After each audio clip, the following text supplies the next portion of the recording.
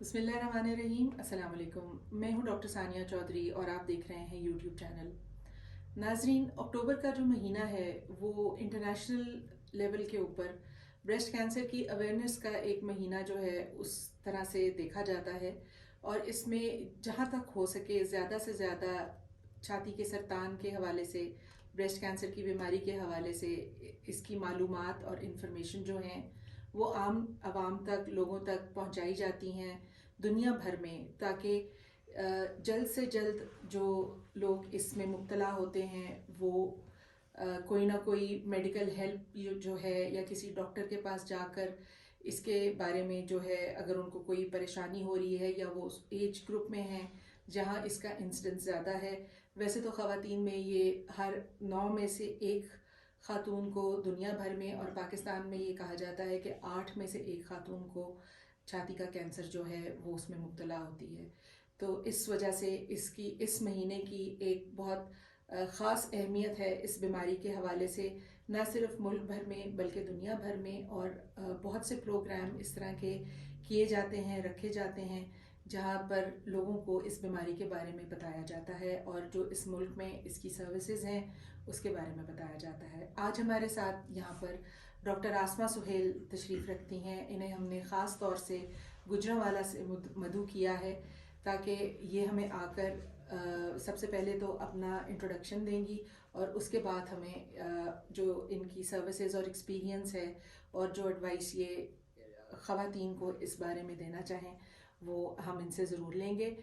السلام علیکم آسمہ. وعلیکم السلام. کیا حال ہے آپ کا؟ خیریت سے ہیں؟ اللہ کا شکر، بہت شکریہ for having me. Thank you so much جی. سب سے پہلے تو آپ کا بہت شکریہ کہ آج بہت شارٹ نوٹس کے اوپر آپ نے ٹائم نکالا، اور آپ بائی چانس ادھر لاہور میں تھیں اور آپ نے انٹرویو کے لیے ہمارے ساتھ آپ بیٹھی ہیں. آپ سب سے پہلے ہمیں اپنا انٹروڈکشن دیجیے کہ آپ کہاں پر ہیں، کیا کر رہی ہیں. جی، میں basically Gujranwala institute of nuclear medicine and radio therapy ہے جنم کینسر ہاسپٹل، جو کہ پاکستان اٹامک انرجی کمیشن کا ایک ذیلی ادارہ ہے. میں بطور deputy chief medical officer as head of radiology department and allied nuclear medicine وہاں پہ کام کر رہی ہوں.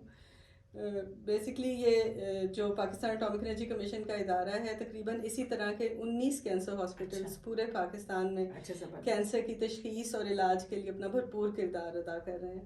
بلکہ آپ سمجھ لیں کہ تقریباً 80% جو کینسر کے مریض ہیں ہمارے پورے پاکستان میں، وہ انہی ہسپتالوں سے مستفید ہوتے ہیں، کیونکہ یہ تقریباً سارے صوبوں میں ہی ہیں اور بلکہ دور دراز علاقوں میں بھی بنتے ہیں. تو بڑی اچھی بات ہے کہ یہ سروسز ہمارے پاس آج ہیں اور لوگ ان سے مستفید ہو سکتے ہیں. اچھا، آپ ہمیں کچھ بتائیں کہ آپ کے ہاسپٹل میں آپ کا کیا ایکسپیرینس ہے اس بیماری کے حوالے سے، کس ایج گروپ میں مریض آ رہے ہیں، کس کوانٹٹی میں یا تعداد میں مریض آتے ہیں، اور ان کی ہینڈلنگ کس طرح ہوتی ہے. جی، جیسا کہ آپ کو پتہ ہی ہے کہ چھاتی کا کینسر اس وقت تو دنیا میں سب سے کامنسٹ کینسر ہے، بلکہ اس نے 2020 میں لنگ کینسر کو بھی پیچھے چھوڑ دیا ہے. ہمارے پاس بدقسمتی سے پاکستان میں ابھی تک کوئی نیشنل بیس ڈیٹا یا نیشنل ٹیومر رجسٹری نہیں ہے، اس لیے ہم نہ کوئی ایگزیکٹ ڈیٹا بتا سکتے ہیں. ہم صرف انسٹیٹیوشنل ڈیٹا جو کہ ہمارے اپنے 19 کینسر ہاسپٹلس کا ہوتا ہے ہم وہ شیئر کرتے ہیں. تو اس میں یہی ہے کہ چھاتی کا کینسر اب ہم جو دیکھ رہے ہیں وہ ینگ ایج میں زیادہ کامن ہوتا جا رہا ہے بتدریج. انفیکٹ میں آپ کو بتاؤں کہ تقریباً آج سے 20 سال پہلے جب میں مول ہاسپٹل میں تھی تو ہم اتنے ینگ پیشنٹس نہیں دیکھتے تھے جتنے اب ہم دیکھ رہے ہیں. پچھلے 5 سالوں کا ڈیٹا اگر میں آپ سے شیئر کروں، پچھلے 5 سالوں میں جو ہمارے انسٹیٹیوشن میں خواتین آئیں، تقریباً 25% خواتین جو تھیں ایوریج، وہ 40 سال سے کم ایج پہ تھیں.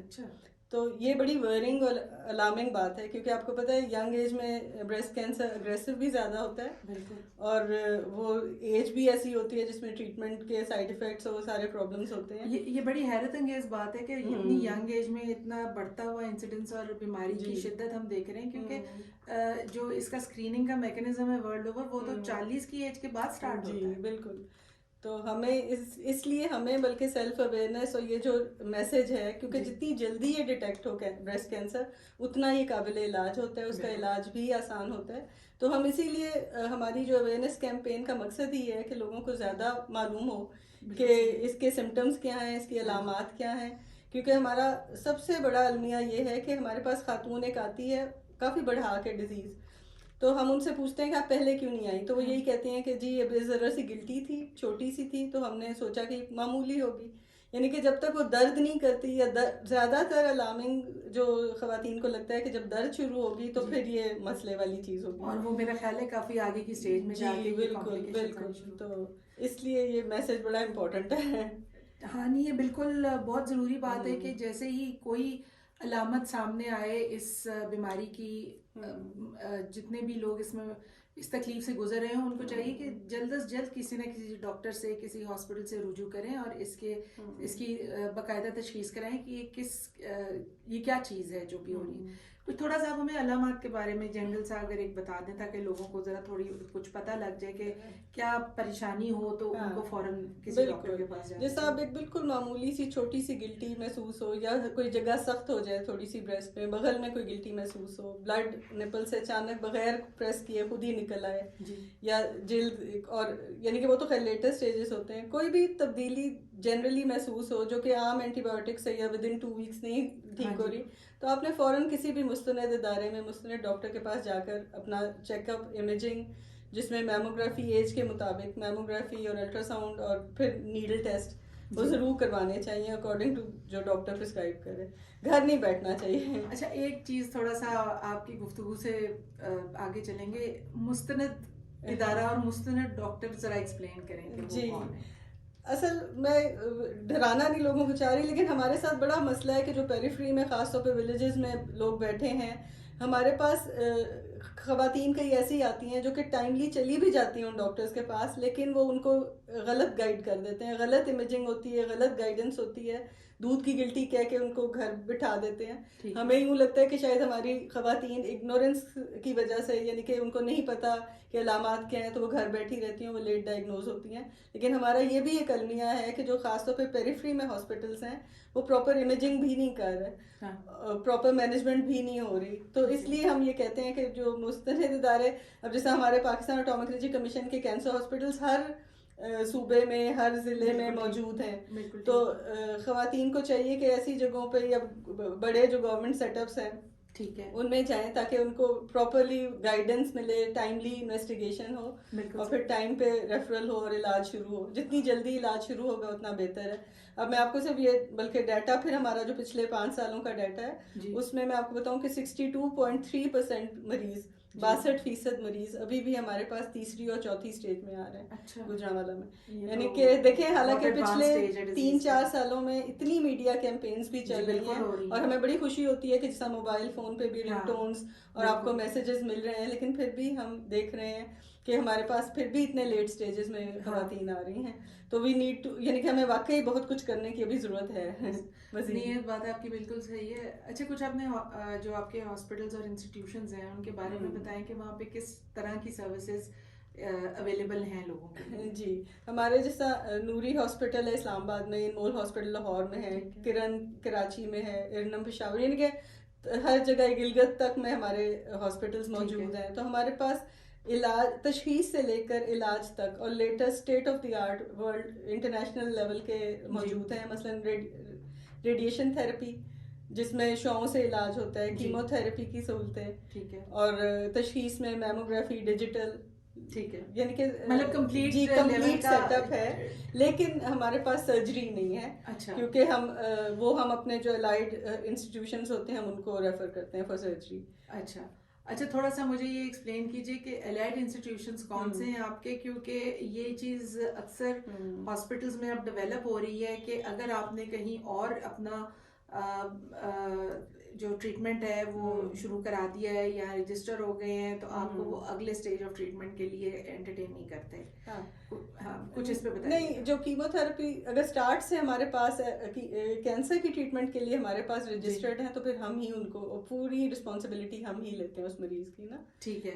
لیکن اگر وہ بیچارہ کوئی گھومتا پھرتا کہیں اور گیا، وہاں سے اس کی تسلی نہیں ہوئی یا کہ اس کو لگا کہ میرا علاج ٹھیک نہیں ہو رہا، تو وہ کہیں درمیان میں بھی گھومتا گھامتا آپ کے پاس آ سکتا ہے. ہم ویسے نا ایون سٹیج 4 والے مریض کو ریفیوز نہیں کرتے. ہمارے پاس ہمارے پاس تیسری اور جس طرح میں نے آپ کو بتایا 62% مریض ہمارے پاس سٹیج 3 اور 4 کے ہیں. لیکن ہم کیونکہ پبلک سیٹ اپ میں بیٹھے ہیں ہم ریفیوز نہیں کرتے مریض کو. جس حد تک ہم ان کی ہیلپ کر سکتے ہیں ہم کرتے ہیں. بالکل ٹھیک. اچھا کچھ کاسٹ کا بتائیے گا کہ اس ٹریٹمنٹ کی کاسٹ جو ہے وہ آپ کے ہاسپٹلس میں کس طرح سے رفلی آپ اس کو مطلب ایک پیشنٹ جس کو لیٹ سے کہ کیمو تھراپی اس کا ٹوٹل سارا کچھ ہی اگر خدا نہ خاصہ اس کو ضرورت ہے کیمو تھراپی سرجری نہیں ہے وہاں ہمارے پاس جتنا جو ورک اپ والی فیسلٹی ہے نا انیشیل انویسٹیگیشنز ٹیسٹس ریڈیشن جو ہمارے پاس موجود ہیں چیزیں وہ اگر پیشنٹ زکوٰۃ مستحق ہے تو وہ ٹوٹلی فری ہوتی ہے. ٹھیک ہے ٹوٹلی فری ہوتی ہے. لیکن جو کیمو تھراپی ہے اس کے لیے ہمارے پاس کینسر پیشنٹس ویلفیئر سوسائٹیز بنی ہوئی ہیں ہر ہمارے ہاسپٹل میں. ٹھیک ہے جو کینسر پیشنٹس ویلفیئر سوسائٹیز ہوتی ہیں وہ ہمارے ساتھ فل کولیبریٹ کر رہی ہوتی ہیں اور جیسا کہ آپ ہوتا ہے گجرانوالہ میں تو ماشاء اللہ انڈسٹریلسٹ تو اتنے ہیں کہ ہمارے پاس فل. لیکن اب کیونکہ وہ جو ہیلتھ کارڈ کی بھی فیسلٹی ہے تو ہمارے موسٹلی پیشنٹس اس پہ بھی شفٹ ہو چکے ہیں.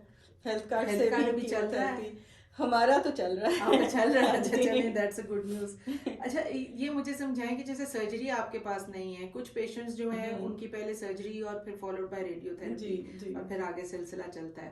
کچھ ایسے ہوتے ہیں جن میں کیمو پہلے دی جاتی ہے جن کا ٹیومر سائز یا جن کی گلٹی کا جو سائز ہے وہ تھوڑا بڑا ہوتا ہے تو کیمو والے پیشنٹس پہلے اگر آپ کے پاس آئے تو بعد میں اگر وہ فرض کریں کچھ ہاسپٹلس کی طرف چلے جائیں جو اس میں ایکسیل کرتے ہیں پاکستان میں یا اسپیشلائز کرتے ہیں تو وہ لینے سے انکار کر دیتے ہیں تو وہ بیچارے کدھر جائیں پھر وہ مستند والا مسئلہ تو ان کو پریشان کن ہو گیا.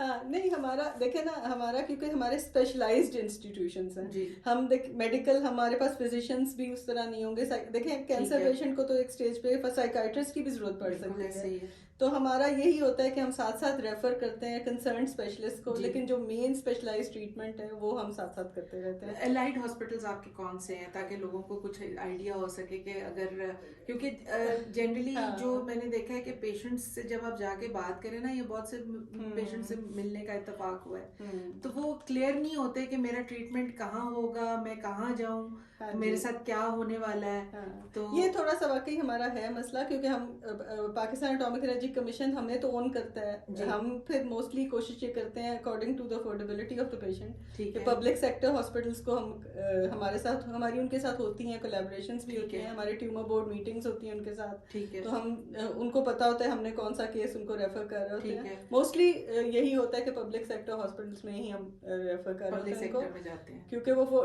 ہمارے پاس آتے بھی وہ پیشنٹس ہیں جو اتنے افورڈنگ نہیں ہوتے ہیں. ٹھیک ہے. اچھا کچھ کاسٹ کا مجھے کچھ آئیڈیا دیجیے گا کہ جو زکوٰۃ والے نہیں اس طرف جاتے وہ ان پیشنٹس کو رفلی ایک ٹریٹمنٹ کا تشخیص سے لے کر اگر صرف کیمو لگنی ہے آپ کے پاس تو اس کو کیا اس کو ذہن میں رکھنا چاہیے اور اگر اس کو صرف ریڈیو تھراپی لگنی ہے تو کیا رکھنا چاہیے. بیسکلی میں ریڈیولوجسٹ ہوں میں تشخیص کرتی ہوں میں ٹریٹ نہیں کرتی پیشنٹ کو نا تو آئی تھنک ٹھیک ہے آپ رف کیونکہ اب تو آج کل اتنی ماشاء اللہ امیونو تھراپیز ٹارگیٹڈ تھراپیز اتنا کچھ آ گیا کہ ان کی کاسٹ بھی ویری کرتی ہیں تو آپ بلکہ ٹھیک ہے.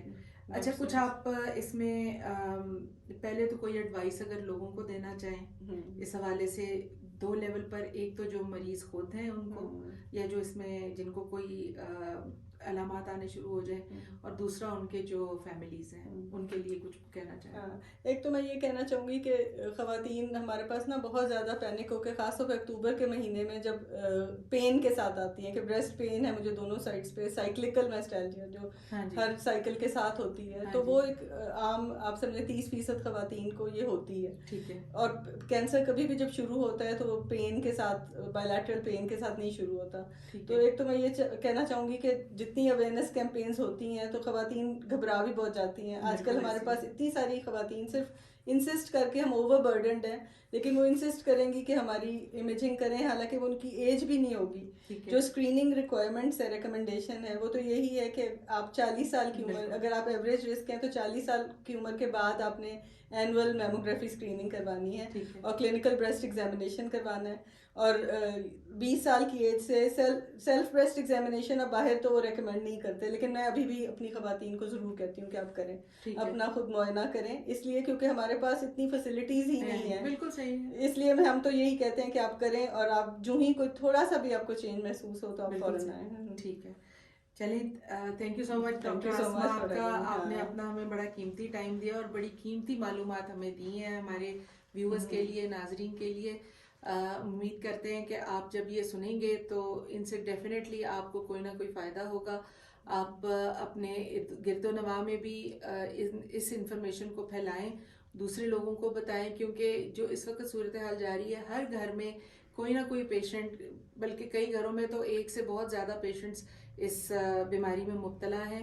باقی کچھ ایسے چیزیں ہیں جو چونکہ ڈاکٹر آسما کا جو فیلڈ ہے, جو اسپیشلٹی ہے وہ ریڈیولوجی ہے, تو ہم کوشش کریں گے کہ ہم آپ کے لیے اس کے بعد اس ڈیزیز سے ریلیٹڈ باقی شعبوں کے جو اسپیشلسٹ حضرات ہیں, ایکسپرٹس ہیں, ان کو بھی ان کے ساتھ بھی کوئی انٹرویوز کریں تاکہ آپ کو ہم زیادہ سے زیادہ انفارمیشن جو ہے وہ بریسٹ کینسر کے حوالے سے پہنچا سکیں. Thank you so much doctor Asma. Thank you. اللہ حافظ.